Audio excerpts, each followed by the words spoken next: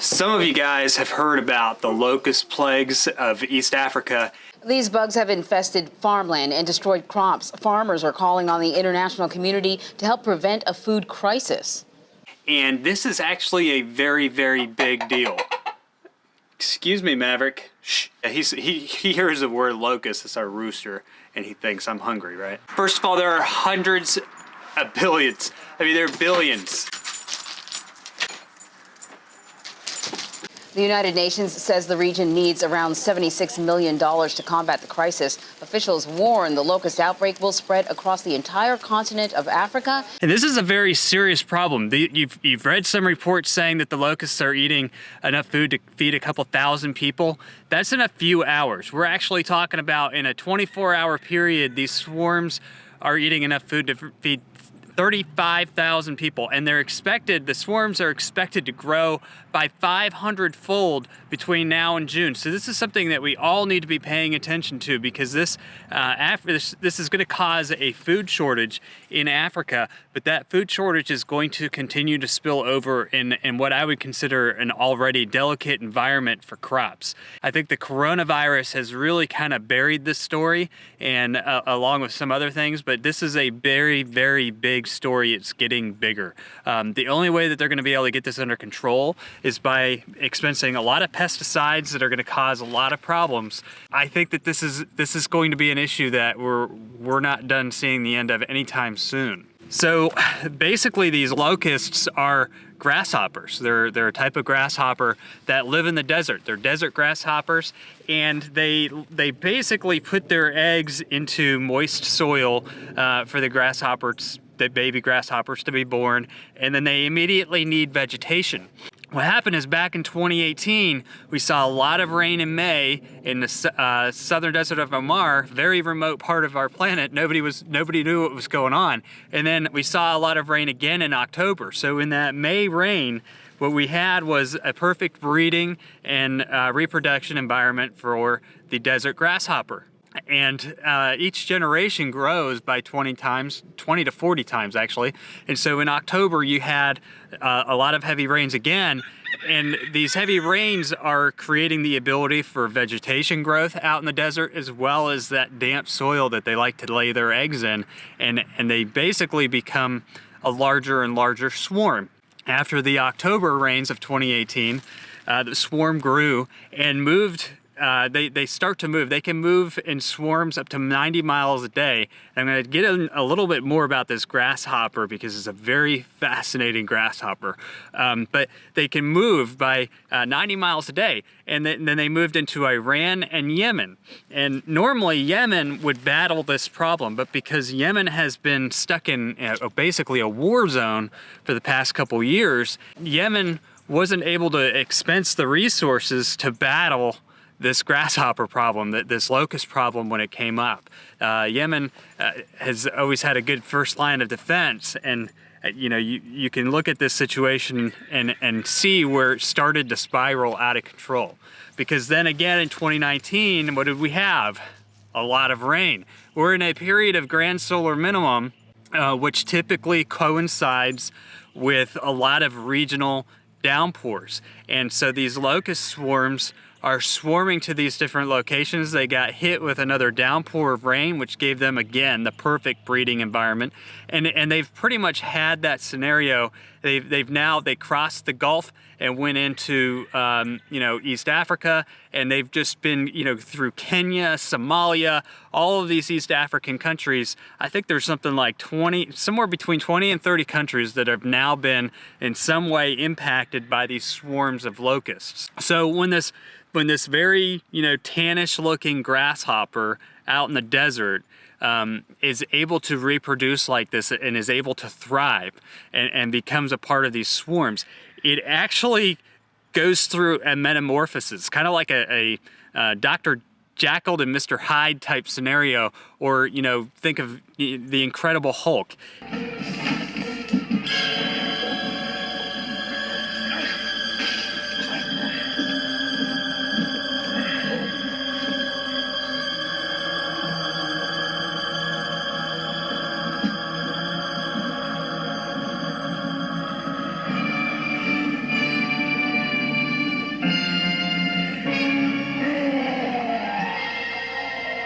it changes the dynamics of this grasshopper, and it turns actually kind of a yellow and black instead of that desert tan that it used to be as it goes through this metamorphosis.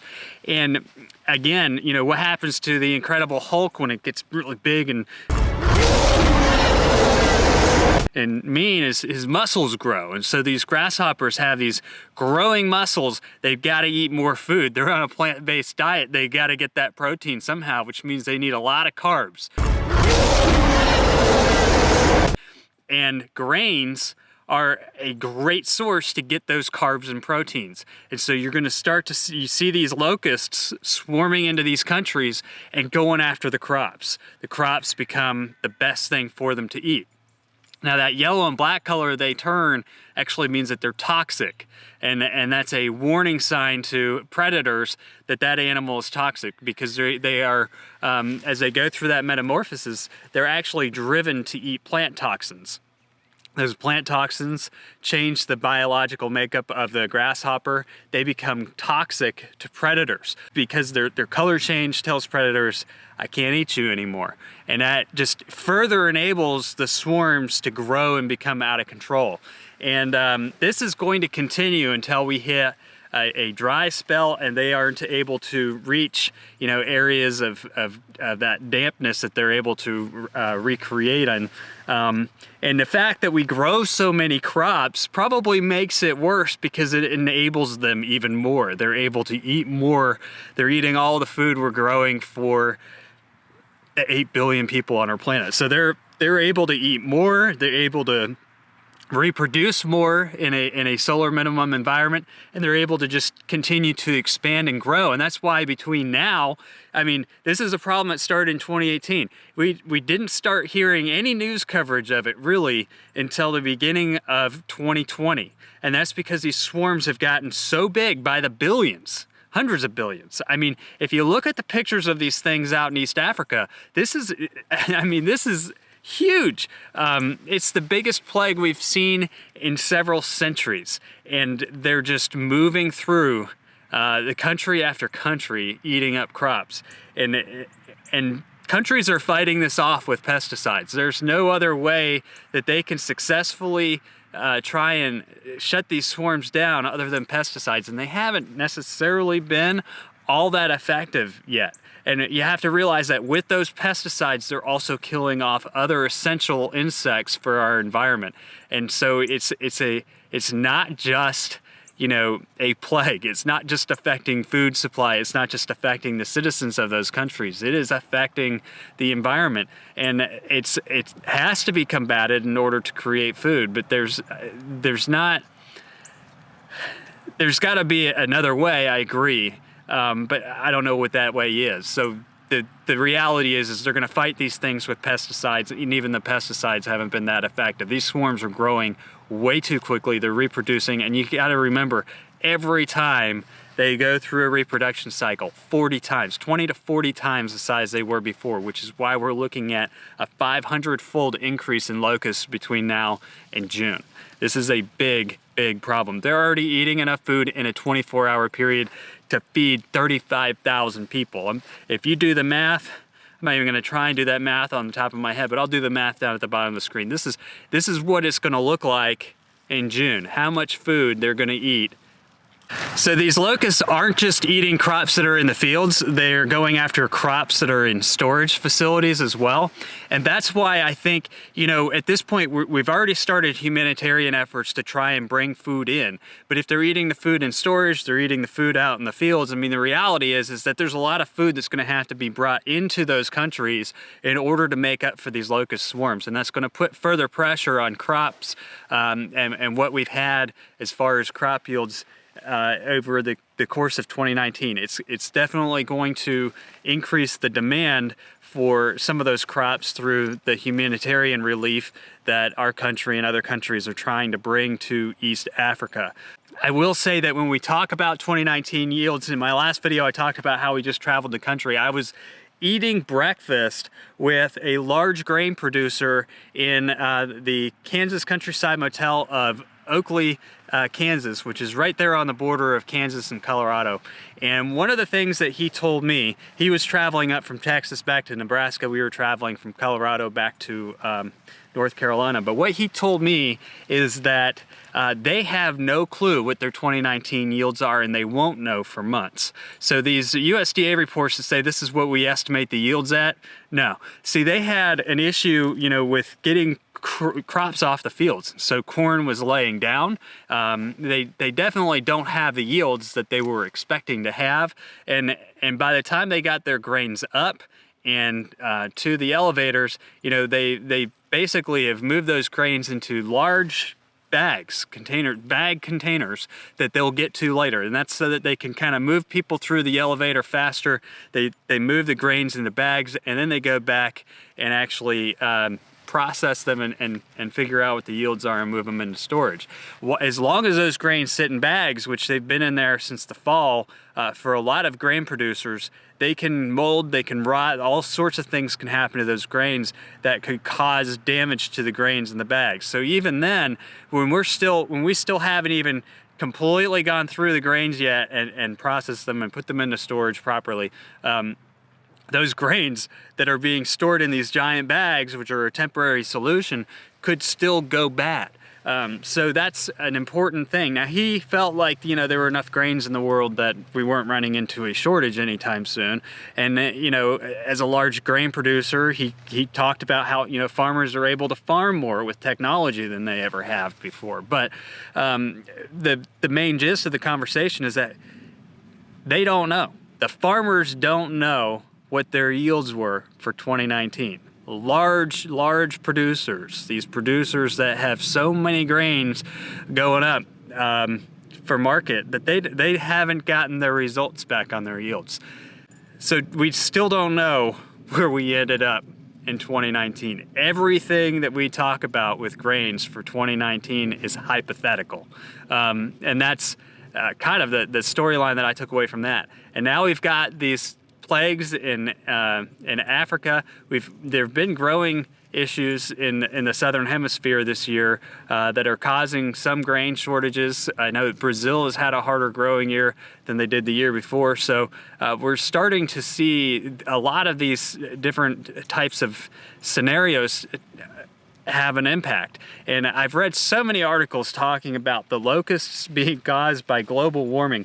Let's be clear on something. It's not causing the locust swarms. The locust swarms are being caused by regional increases of rainfall. And this is something that has been long characterized with periods of minimal solar activity. And if you go back and you look at these locust swarm outbreaks, they're decadal, which means that they happen, once a decade. And that decade is not during a solar maximum period. It's happening because we're having localized downpours of rain, which are enabling these insects to be able to reproduce, rapidly grow, and vegetation to grow in areas where it does not normally grow.